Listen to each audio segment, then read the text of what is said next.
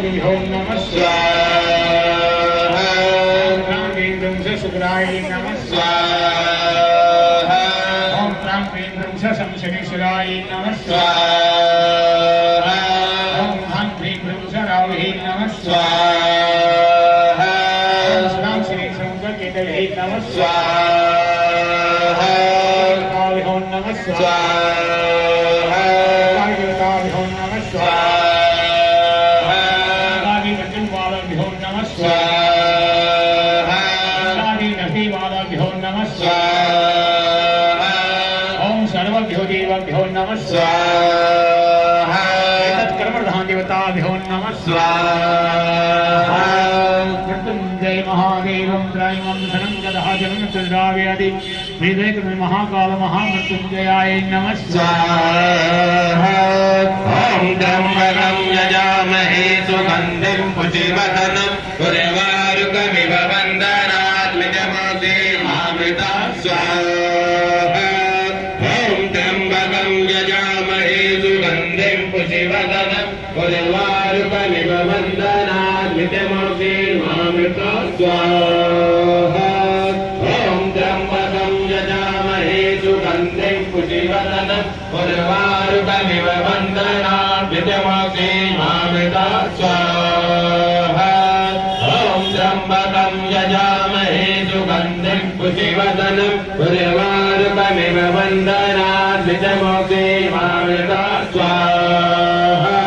ओम त्र्यंबकं यजामहे सुगन्धिं पुष्टिवर्धनं उर्वारुकमिव बन्धनात् मृत्यमामृता स्वाहा। ओम त्र्यंबकं यजामहे सुगन्धिं पुष्टिवर्धनं उर्वारुकमिव बन्धनात् मृत्यमामृता स्वाहा। ओम भूर्भुवः स्वः तत्सवितुर्वरेण्यं भर्गो देवस्य धीमहि धियो यो न प्रचोदयात् स्वाहा। ओम भूर्भुवः स्वः तत्सवितुर्वरेण्यं भर्गो देवस्य धीमहि धियो यो न प्रचोदयात् स्वाहा। अखिल भारतीय दुर्गा सेना संगठन की तरफ से हार्दिक अभिनंदन। माँ भगवती, माँ बगलामुखी का जो हवन और यज्ञ इस पावन दरबार पे होता है, इसकी जो प्राचीनता है वो युगों से हमारे जो ऋषि मुनि थे वो हवन युद्ध करते थे जब भी कोई उनकी इच्छा होती थी, और वही पद्धति के द्वारा आज हम महारानी के इस पावन दरबार पे अपनी हाजिरी लगा रहे हैं। और विशेष रूप में आज मेरे बहुत ही स्नेही अजय गुप्ता जी, सोनिया गुप्ता जी और पूरा परिवार आज महारानी के श्री चरणों में अपनी हाजिरी लगा रहा है। आप सभी धन्य हैं, बहुत ही भाग्यशाली है कि आपको इस पावन दरबार में माँ भगवती के इस आश्रय में बैठकर, गुरु के सानिध्य में बैठकर आपको पूर्ण रूप से माँ भगवती महाशक्ति का पाठ करने का, जाप करने का सौभाग्य प्राप्त हुआ।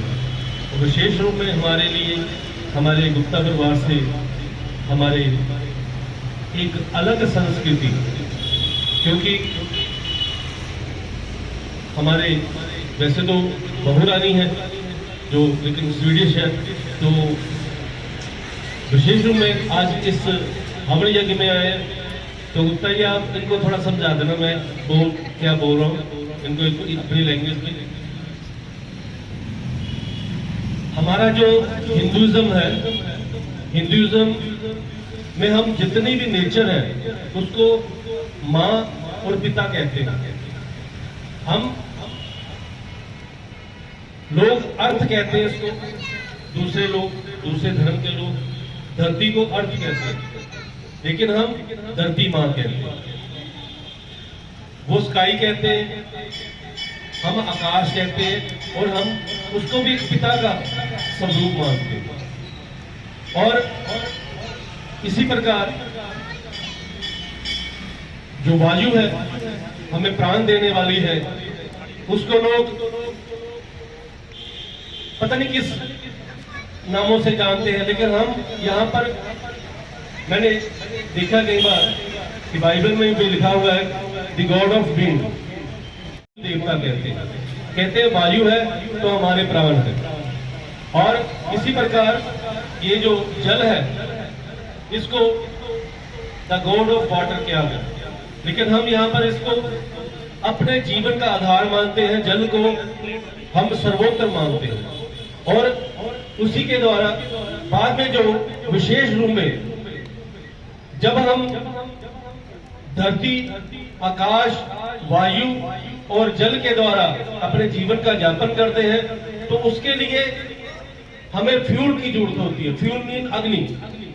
तो वो अग्नि जो है वो पवित्र हवन यज्ञ की अग्नि से पवित्र कोई भी आज तक नहीं गिनी गई है। और यही अग्नि हमें मोक्ष की प्राप्ति देती है, क्योंकि अग्नि के द्वारा ही हमारा जीवन जो है हम आत्मा से परमात्मा तक जाते हैं। और यही अग्नि हमें पूरे जीवन में ऊर्जावान और स्ट्रेंथ देती है। लेकिन आज हम इन पांचों तत्वों को हाजर नाजर मान करके जो महारानी का यज्ञ कर रहे हैं, हवन कर रहे हैं, ये आज का अभी का या मेरे द्वारा शुरू किया हुआ नहीं है। ये करोड़ों साल से, जब से पृथ्वी बनी है, जब से आकाश है, जब से सूर्य है, जब से चांद है, जब से हमारे ऋषि मुनि है, हमारे इस धरातल पर जब से मनुष्य जीवन का आगमन हुआ, तभी अपनी इच्छाओं की पूर्ति के लिए हवन का, यज्ञ का आयोजन हमारे ऋषि मुनियों ने कहा। और इसी द्वारा बड़े से बड़े जो शस्त्र थे वो देवी देवताओं से प्राप्त होते थे। वो शस्त्र आज के युग में अभी तक बने ही नहीं। एक परमाणु बम बना है, वो परमाणु बम पूरे दुनिया को हिला कर रहा है। लेकिन तब जो ब्रह्म शस्त्र था उसमें इतनी पावर थी कि 10,000 परमाणु बम होते थे तो एक ब्रह्म शस्त्र था, और वो अपने इच्छा अनुसार वो चलता था। आपने देखा होगा कि जब भगवान कृष्ण का युग था, द्वापर युग था, तो द्वापर युग में अंत में सभी वीरगति को प्राप्त हो गए। तो अश्वत्थामा ने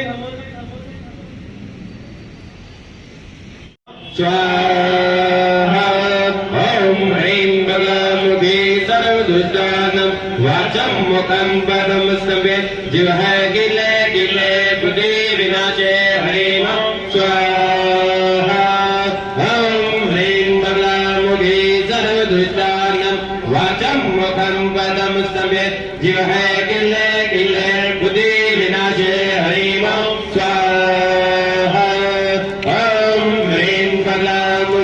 सर्वदुष्टानं वाचं मुखं पदं स्तम्भेत् जिह्वा गिले गिले बुद्धि विनाशे हरिं स्वाहा ॐ ह्रीं बलामुखे सर्वदुष्टानं वाचं मुखं पदं स्तम्भेत् जिह्वा गिले गिले बुद्धि विनाशे हरिं स्वाहा ॐ ह्रीं बलामुखे सर्वदुष्टानं वाचं मुखं पदं स्तम्भेत् जिह्वा गिले गिले बुद्धि विनाशे हरिं स्वाहा ॐ ह्रीं बलामुखे सर्वदुष्टानं